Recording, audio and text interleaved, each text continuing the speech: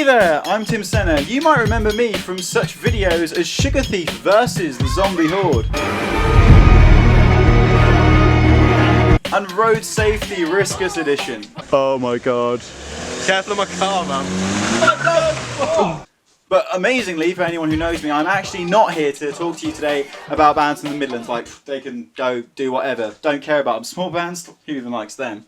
No, today, as you may be able to tell from the title of the video, if you can read, is about two iconic legends in the indie scene standing up and making a difference. The video, of course, is called MATTY and YANNIS Save the World. And of course, I'm talking about those two indie babes. On the one corner we have our boy, Matty Healy, and in the other corner we have our slightly more beardy boy, YANNIS from Foals. And for this video, I want to coin a brand new genre. So if you are watching Oxford English Dictionary and you fancy crediting me, that's all cool with me. You can just put me in there, get the citations going.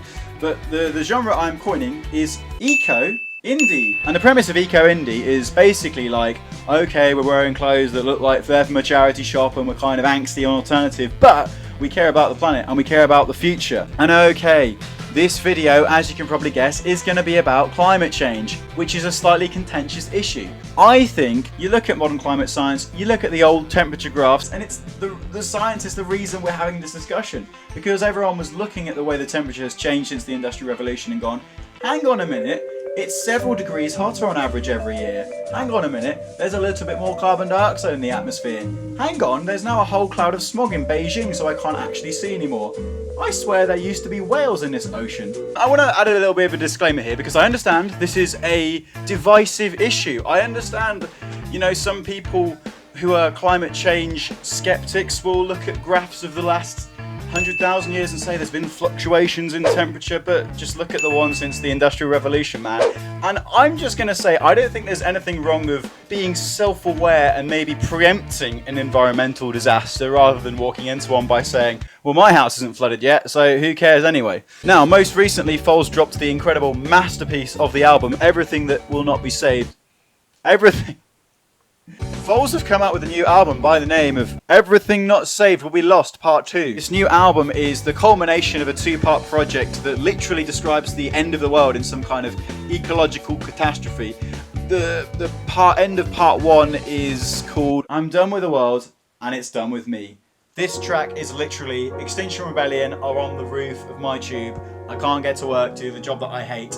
I might as well just buy a Land Rover, cover it in petrol, then light that flame and watch it burn just for the heck of it, bum the environment, everything's on fire, I don't want to be alive anymore.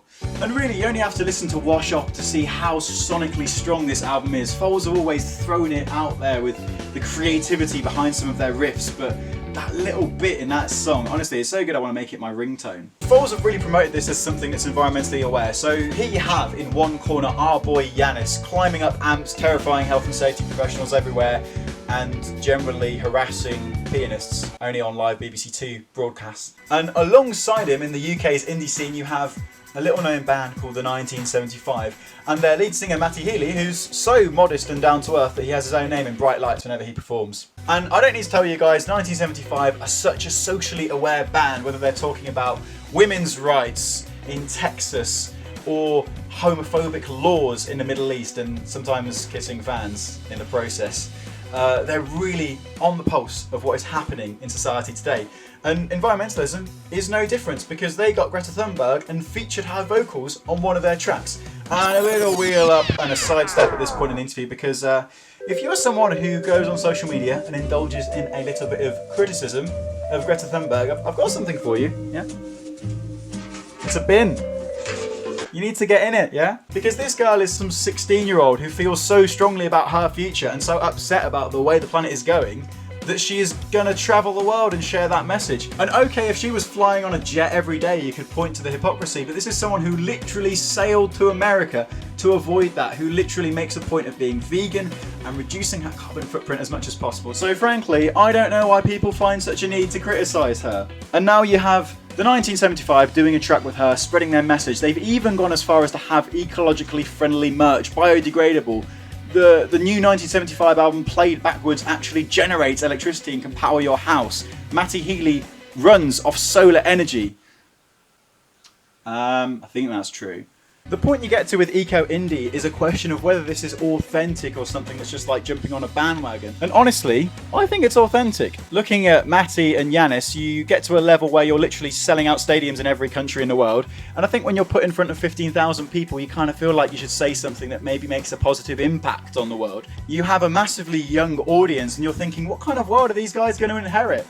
And I think that's what has seen this crazy new trend of eco-indie, young people feeling like the future isn't going to be as bright as the past was. And I think it's really cool for one that you have these iconic frontmen like our boy YANNIS and our boy MATTY teaming up to fly through the air on a perfectly environmentally friendly hot air balloon powered by fangirl screams and heavy riffs everywhere. So honestly, big up the eco-indie stars. One thing I would like to do is... Sorry, one sec. Yo, what's up? I'm filming a video, man. Told you wanted it to be my ringtone, you know. One thing I do want to do is come in with a bit of a different angle, because my all-time favourite band, Muse, wouldn't exactly call them eco-indie. Matt Bellamy's solution to climate change probably would be to relocate the entire human race to another planet. He wrote a whole 3-part symphony about that, so maybe not the most practical solution. But no, good on the eco-indie movement. If you liked this video, then you can leave a like and subscribe to me. Something very exciting is happening at 500 subscribers, and this is a more conventional video. If you like it, let me know. If you don't, I don't know, just hurl abuse at me and tell me to go back to being the old Tim Senna and just going to gigs and vlogging them. And peace out. Have a nice one.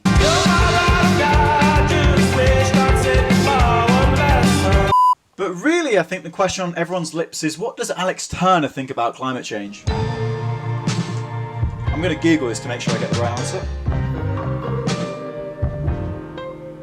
Oh, he doesn't care. There's no atmosphere on the moon.